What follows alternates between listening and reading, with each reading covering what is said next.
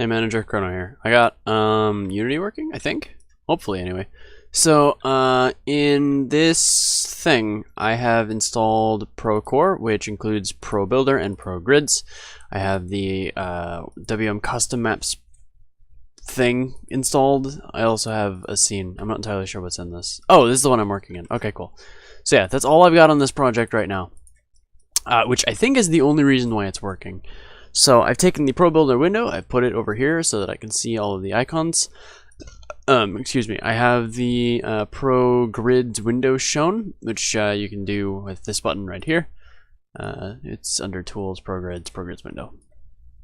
Right this second I have the y-axis grid shown, which is centered on this little cube that I have made.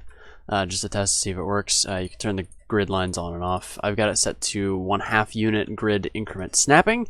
So if I move an object, it should snap to half a grid. It is. It is snapping to half a grid. The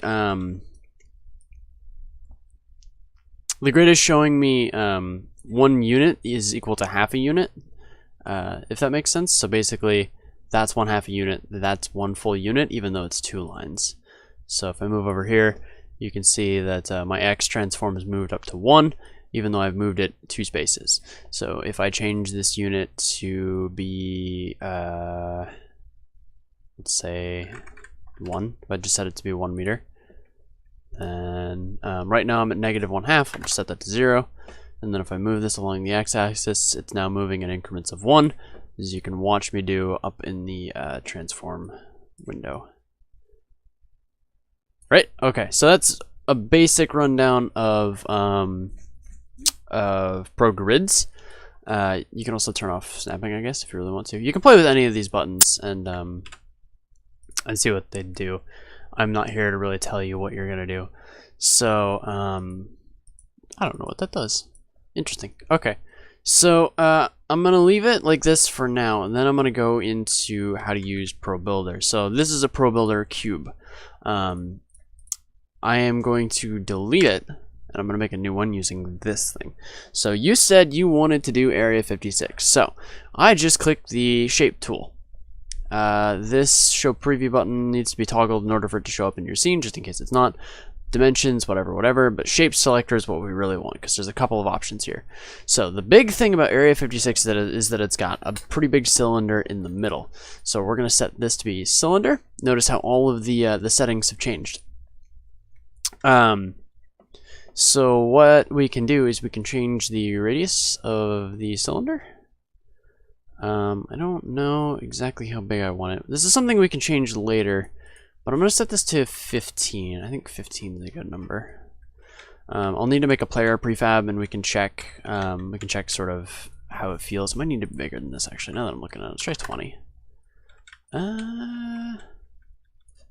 25? That's about right. So if we zoom out quite a bit, you can see that this is not a very square shape. I don't know how many sides the central thing in Area 56 has, so I'm just going to increase this until it looks roughly circular. 24 is way too much.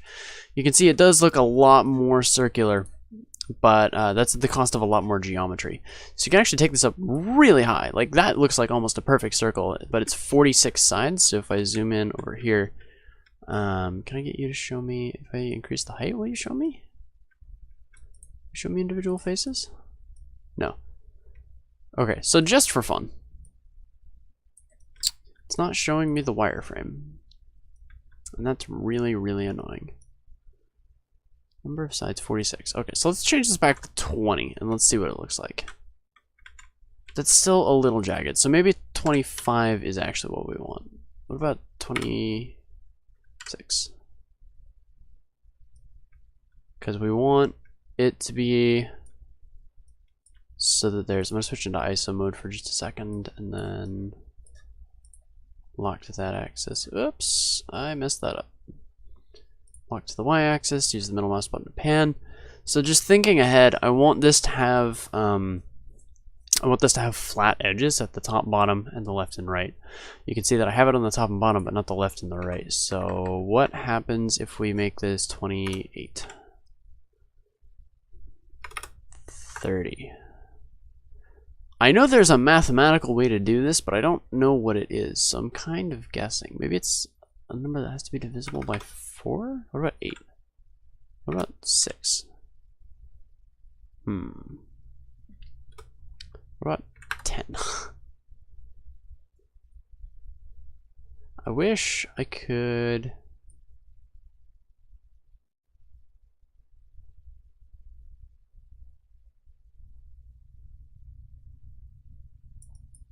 Does 8...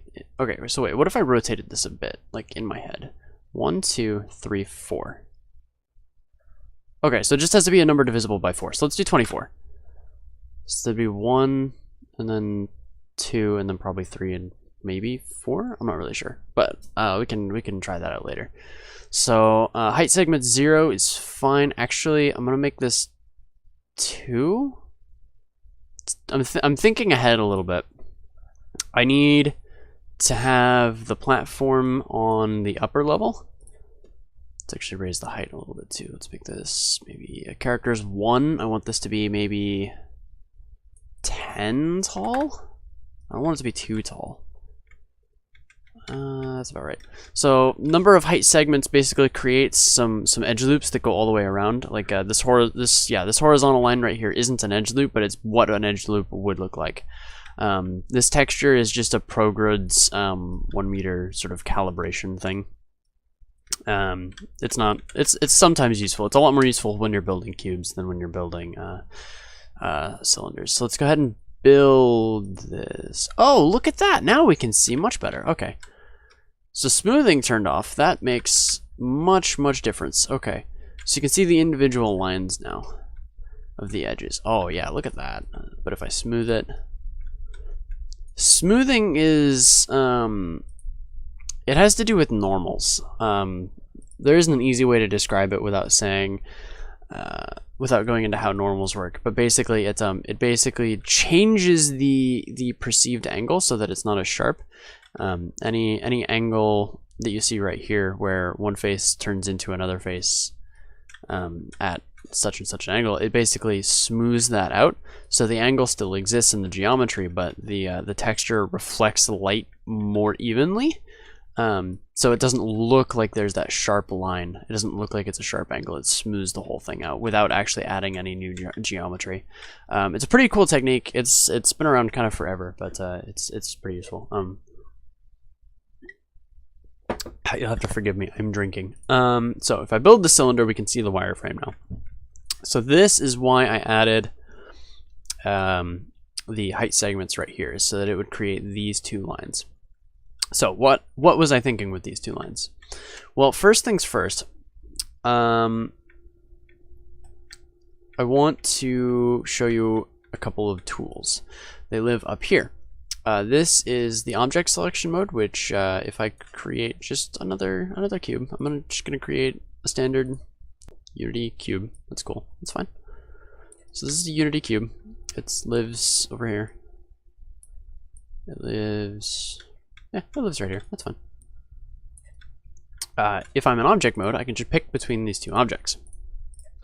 Once I have selected a Probuilder object, this is an object that has been Probuilderized, which is a button that I don't know where it lives, or an object created through the shape window that we used earlier. You can use these tools. So this is vertex selection, which allows you to pick an individual point, and you can move that point around. So if I move this in, it does weird things because the texture is not set up properly. And that's fine. We're not going to bother too much with that. In general, we don't use the vertex selection tool all that much unless you're doing something like this, which is just fun. It's just a fun time. Edge mode does basically the same thing, but it allows you to pick an edge. So if I take this edge and I just move it out, the texture goes nuts, but that's whatever. I'm pretty sure that's a texture issue. I'm not really sure. I know this thing has a UV editor. I don't know if there's an auto layout mode. Edit weld, select island, select face. UV mode auto. What is this? Preview image. On. Okay, that's fine. Renders the current workspace from coordinates to a 256. That's cool.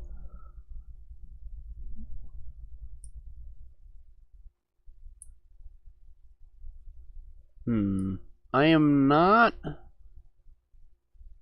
really sure. What's world space? Interesting. Basically, the textures are all overlapping. If I go to shell mode,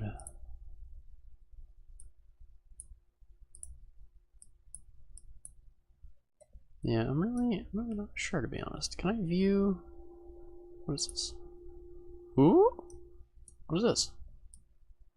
Oh, that's cool. You can just click and drag on individual faces. I'm learning something new every single day. So yeah, this is what I was talking about with Probuilder being completely broken. I have no idea why it's doing this. So what can I do? Can I view UV1? I wonder if I were to apply another texture, if it would show up on the screen. When toggled on, a preview image of the first selected face's material will be drawn from coordinates 0, 0 to negative... Oh no, from 0, 0 to 1, 1. Having a main texture property. Okay. This is what happens when I drink. I get distracted. So, back to the basics. The edge tool lets you move edges. Pretty simple. Face tool. Exact same thing, but with faces.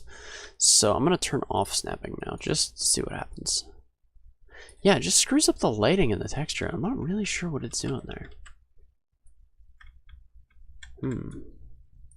Fascinating. So if I take this face, and I do that, then suddenly we've got a bit more of an interesting shape right there. So what I actually wanted to do was to take this ring of edges.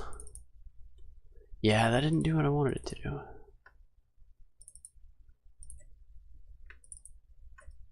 Okay, that did. So I control clicked. I clicked this one, and then I control double clicked. There we go. Click this one, control double click, and it selects the whole ring around. So then I want to control click this, and then control double click around again, and then I can move both of these rings at the same time. So I actually have access to all of the standard Unity tools. So if I press R, it switches to the scale tool, and I can scale these two lines closer together. Press W to go back to the move tool. I can move it back down, and then I can do fun things. Please ignore Steam suddenly connected to the internet. I can do fun things like this. I think this is not export. Where's extrude? Mirror, edge loops. What is this? Extrude edges? Oh, I need to be in face mode. I understand why. Okay, so switch to face mode. Click this button, control click around, or shift click. There we go. Shift click for some reason works there. I don't really know what's going on. So I've selected all of these. What I want to do is do the extrude tool. Extrude tool. I don't normally work with images. Extrude faces? Extrude faces. Okay, so that brings up the extrude option. It didn't. What if I click this little wrench? It didn't. What if I alt click for options? That's what I wanted. Okay, extrude by vertex normal. That's fine. And then I want distance of like -10. Extrude faces. So now they have all extruded inward. Why on earth would I want this? Well, I need you to think about this shape as the inverse of what Area 56 actually is. So imagine right now that you're looking at Area 56 from the outside. Right, so here are all of the walls on the outside. So then what I'm going to do is I'm going to go back to object mode. I'm going to select this, and then what I want to do is invert all the faces so that it's transparent from the outside, but it's visible on the inside. And I'm not going to lie to you, I don't know what button that is. Set element. So I'm going to look for it. Flip object normals. That's the one. Okay. So, some weird bugs aside that I'm pretty sure from my computer, we have flipped this object so that it is now solid on the inside and hollow on the outside, which is what I wanted. What I am going to do next, just to give you sort of more understanding of how I go through and I make maps, I'm going to select the face tool. I'm going to select, I'm actually going to work on this from the inside because, you know, why not? I'm going to take this and I'm going to do the exact same thing. I'm going to do the extrude tool. I'm going to alt click for options. Extrude by vertex normal, so basically what the face considers forward. So right now if I'm looking at it, this way is normal plus, this way is normal minus. I want it to extrude by vertex normal, so what the face thinks is forward, and then I want it to go negative 10 degrees in, or negative 10 units in that option or direction, which is that right there. So this is one of our doors. The other one lives right over there. So I want to extrude faces. Again, I'm going to do the exact same thing. That's fine. I'm going to go up right here, and now comes the part where I'm not really sure what I'm doing. I basically need to eyeball that face right there and hope it's the correct one. I will double check in a minute. So then I'm going to go through this. I'm going to poke that face over there, extrude faces the exact same way. Okay, so then I'm going to zoom up. That actually looks spot on. That looks exactly like what I wanted it to do. So the next thing I can do is change the handle alignment. And why would I want to change the handle alignment? What does that mean? So first off, this is the handle. The handle is what you are doing basically to the object. So if I then change the handle alignment to get it to line up with the alignment plane, there. So before,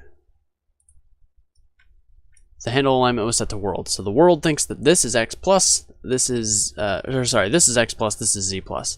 If I want to move this straight back, I can't do it right now. I could probably guess that's, you know, that's a probably straight, but that's not precise enough for me. So what I'm going to do is change the handle again to this. Now it is exactly lined up with the face. So then what I can do is toggle snapping on, and that is not what I want, actually. But you know what would be really easy, and I'm really disappointed in myself for not thinking of this earlier. It'd be easier just to rotate the whole thing. Rotate along the y-axis. I want it to be, what about there? 52 degrees? Problem is, I don't know exactly how far off I am right now. So if I switch to ISO mode and then lock myself in the y-axis, I can use this to say exactly 52.84. Is it more likely that it's 52 or 53? Let's try 52 degrees. Okay, that doesn't look quite right. What about 53? That does look better.